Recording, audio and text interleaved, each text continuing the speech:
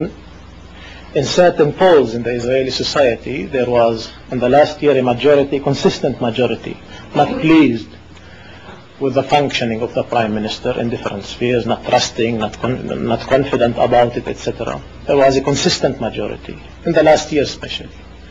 And no critique came from Washington against anything that Mr. Sharon is doing in the West Bank and Gaza, towards the peace process, etc.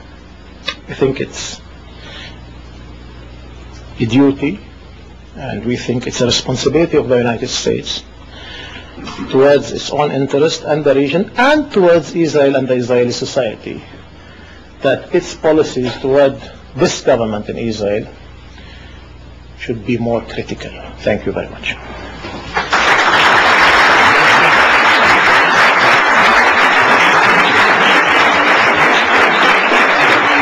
We'd like to welcome guests to the table hosted by Access Ohio. We thank you for joining us here today. We're pleased also to welcome to our forum students who are here as a part of the City Club student program. Participation of these students is made possible by a memorial contribution to the Forum Foundation Endowment in memory of William and Robert Evans. With us today are students from Chagrin Falls and Magnificat high schools. Will our students please stand and be recognized? Thank you. Thank you. Now we'd like to return to Dr. Bishara for our traditional City Club questions and answer period. We welcome questions from everyone, including our guest. Holding our microphones today is City Club Membership and Marketing Director Julie Conrad right here, and Executive Director Jim Foster over here. Please, let's have our first question for Dr. Bishara. Dr. Bishara, I'm sure I asked this question to a welcoming ear. First off, if I may say, you talk of occupation. Of course, as you know, was originally Judea and Samaria.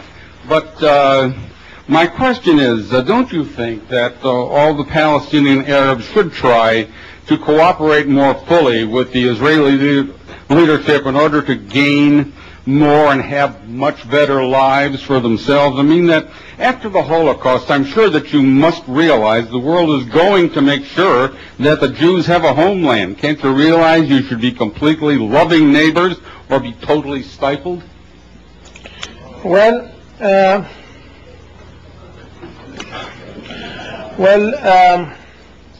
I think it would be also good if the Israeli society, majority of them, better lives for them, etc., if they cooperate with the Palestinian leadership concerning peace and having two-state solution.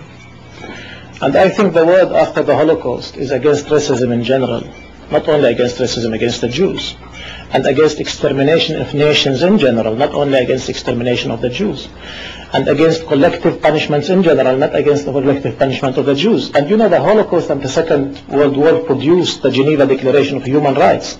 They should also be respected by Israel, not only. Israel does not have privileges in that sense. So the majority of the world Jewry was not Zionist when the Holocaust happened. Were actually anti-Zionist. Zionist was a minority.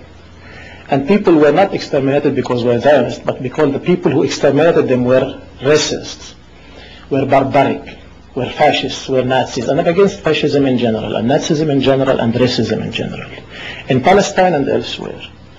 I'm against anti-Semitism because it's not only because it's against the Jews, because it's inhuman and because it's against human beings. I think it's better to be in general against racism. Now, what was originally Judea and Samaria? When? You know what was Germany 2,000 years ago? What was here 2,000 years ago? Do the Indians have the right now to come back and ask for everything that was here 300 years ago, 500 years ago? I don't think we should deal with this issue of historical rights. I recognize the right of Israel now in modernity, not 2,000 years ago. And I recognize its rights to exist because a nationality is built in Israel, and I respect its rights to exist. If they come to me with 2,000 years ago, I get confused. Why? Because I don't believe in the Old Testament. So what should I do?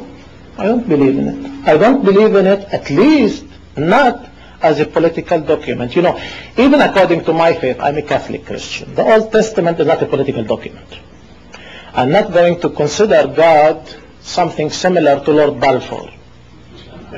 Lord Balfour is something that happened in 1917. Lord Balfour is a very secular politician, you know. And God is something else. There are different interpretations in Judaism itself concerning that thing. Most of the Jewish establishment does not interpret the Old Testament this way. Most of the Jewish establishment interprets the existing of Israel at the end of history, when the Messiah comes, etc. All different. Now this is a secularization of religious things. Most of the Zionists who built the Zionist movement were not religious and did not believe in anything in the Old Testament. They used it cynically. If you read them well, you will recognize that. They used it because this is the only way to, you know, to have this symbolic capital invested in this endeavor they had to build a nation like all nations, as Herzl says. I couldn't be Zionist, I'm Palestinian, this was done on my account, on the Palestinian land, etc., etc., etc. But there is now a country built, there's a nationality built. I'm ready to live with this nationality, either in two-state solution in one state. I don't think there's any other way to look at these things. If you open the Bible, Old Testament, the Palestinians will ask you what was it before that, the Canaan, and we are the descendants of the Canaanites, the Philistines. What is this? Where will we arrive? You know, we'll have two competing archaeology, deciding who was there before. I don't think we can reach anything. This will be a kind of rational, and I don't think people who are fighting fundamentalism should use this, because this is a kind of fundamentalism. If you go back to the script and take words and say, I'm going according to this is a kind of fundamentalism. You know, using religion this way in policies, even if you do it with a suit and a tie, is fundamentalism. You can't do that. This is fundamentalism. This is religious fundamentalism.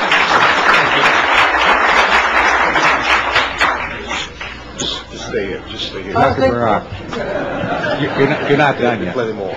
I would like to have you comment, if you are willing to, about your leadership, particularly in the case of when Prime Minister Barak gave a very liberal, at least up to that point, approach to settlement. And Mr. Arafat walked away. Why would he do a thing like that?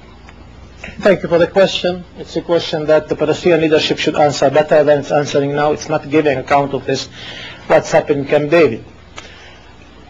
During Mr. Barak's period as the Prime Minister, I knew Mr. Barak. I met him like 6 times at least. And I withdrew from the Prime Ministership competition actually for his sake. And I think he owes us a lot, the fact that he won the elections. Of course, many Israelis don't like Arab citizens talking like this. Who are you at all to talk? You know, you are giving the right to vote. I think I have the right to talk. If I'm a citizen, I'm a citizen. Now, Mr. Barak did not do anything about the settlements except increasing settlements. At his time, there were more settlements built than the time of Mr. Sharon. This is the truth. In numbers. More settlements were built at the time of Mr. Barak than Sharon. You know, he had the Mafdal in his government, which is the party of the settlers. Now, concerning the suggestions he made in Camp David, practically, let me say this. Actually, the suggestions were made by Mr. Clinton because he did not want to commit himself by anything. This is now, what I'm saying is quotations from him, because he denies that he made any suggestion. He said, and it's understandable why, because he doesn't want to tie himself. He wanted first to know whether the Palestinians agree or not. So Mr. Clinton made the suggestions. And we never know if Mr. Barak was totally committed to these ideas, which we call the Clinton suggestion, the Clinton proposals, the Clinton track. They have many names, but it's very clear that the ideas are the ideas of Mr. Clinton. No maps. We don't know how much of the land was given back to the Palestinians to build a state. It was very clear that in East Jerusalem there will be no clear Palestinian sovereignty. The issue of the refugees, which used by Barak as if it was the problem of the negotiation, did not reach the issue of the refugees. Actually, it exploded on the issue of the land itself, how much of the percentage, and actually it wasn't the 4th of June. Mr. Barak had the ambition to annex parts of the West Bank. Now, in the propaganda, they say 97%, 96%. Certain American officials who participated in the elections, like Robert Miley, etc., wrote an article in the New York Review of Books, a long article, saying it's not true. It's about 80%. Barak himself says less than 80%. You know, in his interviews now, he says, I never promised, it was always less than 80%. Especially when he speaks in Hebrew to the Israeli public.